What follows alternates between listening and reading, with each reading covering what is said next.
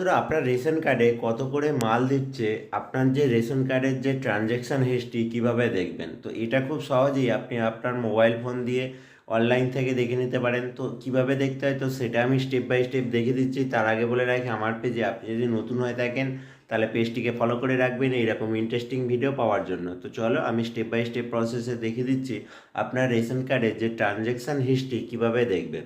তো বন্ধুরা, চলে আসলাম আমার মোবাইল ফোনের হোম স্ক্রিনে। এখান থেকে গুগল ক্রোম ওপেন করব। গুগল ক্রোম ওপেন করার পর এখানে লিখব রেশন কার্ড। তো রেশন কার্ড লিখে সার্চ করলে ফার্স্ট যে ওয়েবসাইটটা আসবে এটার উপর জাস্ট ক্লিক করতে হবে।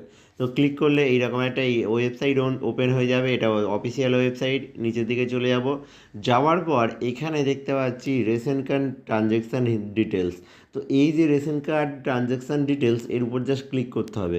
ক্লিক করার পর এখানে আপনার রেশন কার্ড নাম্বার, এখানে আপনি কোন মাসের আপনি ট্রানজ্যাকশান হিস্ট্রি দেখতে চাইছেন সেটা এখানে সিলেক্ট করতে হবে। যেমন আমি ফেব্রুয়ারি মাসে দেখতে চাই, এখানে ক্লিক করব। এখানে হচ্ছে সার্চ অফ ইয়ার।